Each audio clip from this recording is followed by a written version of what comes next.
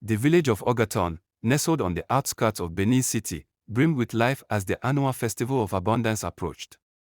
Women adorned in brightly colored wrappers danced in circles, their movements synchronized with the pulsating beats of talking drums. Men adorned in traditional agbadas worked tirelessly to erect the sacred canopy under which the ceremonial calabash, ikoroi, would be placed. This calabash, believed to be a direct gift from Olikan, the god of wealth and fertility, was the pride of Ogaton. Its intricate carvings told stories of creation, prosperity, and divine intervention. Each year, the elders brought it out, filled it with water from the sacred river Osun, and offered prayers for a bountiful harvest. However, this year, a shadow lingered over the festivities. A wealthy trader named Idegbi, known for his cunning ways, had grown envious of the reverence given to the calabash. His greed whispered lies to him: if he possessed its shards, he could harness its divine power for himself. As night fell and the villagers gathered around the calabash for the ritual, Idegbi slipped away. In the quiet of the sacred shrine, he carefully avoided the watchful eyes of the guards. He approached ikoroi, its beauty glowing under the soft light of the oil lamps. With trembling hands, he struck the calabash with a stone, shattering it into countless pieces. The moment the calabash broke, a deafening silence engulfed the village. The sky darkened, and the wind stopped. Idegbi froze, realizing the magnitude of his crime, but it was too late. By morning, the once vibrant village lay under a scorching sun. The streams dried up, crops withered, and animals dropped lifeless to the ground. Drought had claimed the land, and whispers of the gods' wrath spread like wildfire. At the council of elders, the oracle was consulted. Her eyes rolled back as she entered a trance, her voice echoing with the anger of the gods. The sacred calabash has been broken by greed.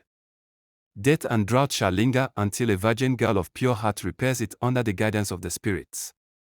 The village erupted in chaos. Who would undertake such a daunting task? Isosa, a 15-year-old girl known for her kindness, stepped forward. Her father tried to stop her, but Isosa remained resolute. If the gods require it, I will go. My people must not suffer. Isosa was prepared by the priestesses, who painted her face with sacred chalk and tied protective charms around her waist. She was given a small bag to collect the fragments of the calabash and instructed to follow the river to the forest where the spirits would guide her. As Isosa entered the dense forest, she felt a presence. Suddenly, a shimmering figure appeared before her, a woman clad in white, her hair flowing like cascading water. It was Erimwen, the spirit of the river. You are brave, child, Erimwen said, her voice like a gentle stream. But bravery alone is not enough. You must pass 3 trials to prove your heart's purity. Trial of compassion. Isosa encountered a dying bird with a broken wing. Though time was against her, she stopped to heal it using leaves from a nearby plant. Erimwen appeared, smiling. Your compassion speaks of your pure heart. Trial of sacrifice. She reached a point where the path split in two. One path promised safety, while the other led through thorny bushes. Knowing the latter was the true path, she endured pain, emerging bloodied but determined. Trial of forgiveness. At the final stretch, Idegbi appeared, riding in agony. The spirits had cursed him for his greed. He begged for forgiveness. Despite her anger, Isosa offered him water from the stream she had found, earning the favor of the gods. Isosa gathered the calabash fragments and, guided by Erimwen, pieced them together. The spirits sang ancient incantations, and the calabash fused as though it had never been broken.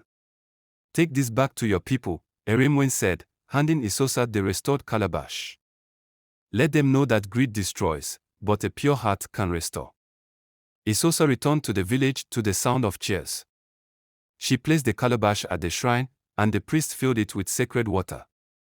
Rain clouds gathered, and the first drops fell as the villagers danced in celebration.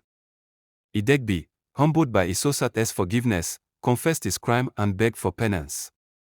The elders banished him, but Isosa's actions left an enduring lesson: the gods' gifts must be cherished, not exploited. From that day on, the Festival of Abundance was also a reminder of the price of greed and the power of a pure heart. After the restoration of the calabash, Isosa begins to experience strange dreams and visions of events before they happen. One night, while meditating at the shrine, she is enveloped in a radiant light, and the spirit of Irimwen appears before her again. Isosa the spirit says, "Your heart has proven pure, and your bond with the gods is unbreakable. They have chosen you to be their voice among your people." The next morning, the village awakes to see the sacred calabash glowing faintly, a sign that Isosa is now the god's chosen seer. The elders, guided by the oracle, hold a ceremony, anointing her with sacred oils and placing her in a hut near the shrine, where she can receive divine messages. One night, while in deep prayer, Isosa is struck by a vivid and terrifying vision. She sees the village engulfed in flames, rivers turning to blood, and a dark figure towering over the people. The figure holds a shattered spear and whispers, "The greed of one would doom many." Isosa awakens, drenched in sweat, and rushes to the elders to deliver her message. The vision is met with mixed reactions. While some villagers believe her, others dismiss it as fearmongering. Isosa struggles to understand the cryptic elements of the vision but vows to uncover the meaning before tragedy strikes. Focus on how Isosa works to prepare the village for the impending tragedy. How does she gain the trust of skeptics, and what measures does she recommend? Does the vision lead her to discover hidden secrets or old conflicts within the village? Isosa begins to consult the spirits and perform divination rituals to uncover more details about the vision. The gods reveal that the tragedy stems from a new act of greed, warning her that history may repeat itself. She organizes the villagers to fortify their granaries, secure water sources, and prepare for the worst. In doing so, Isosa discovers that Idegbi, the trader banished for breaking the calabash, has secretly returned, scheming to exploit the village's resources once again. Isosa confronts him, but Idegbi denies her accusations, sowing doubt among the villagers.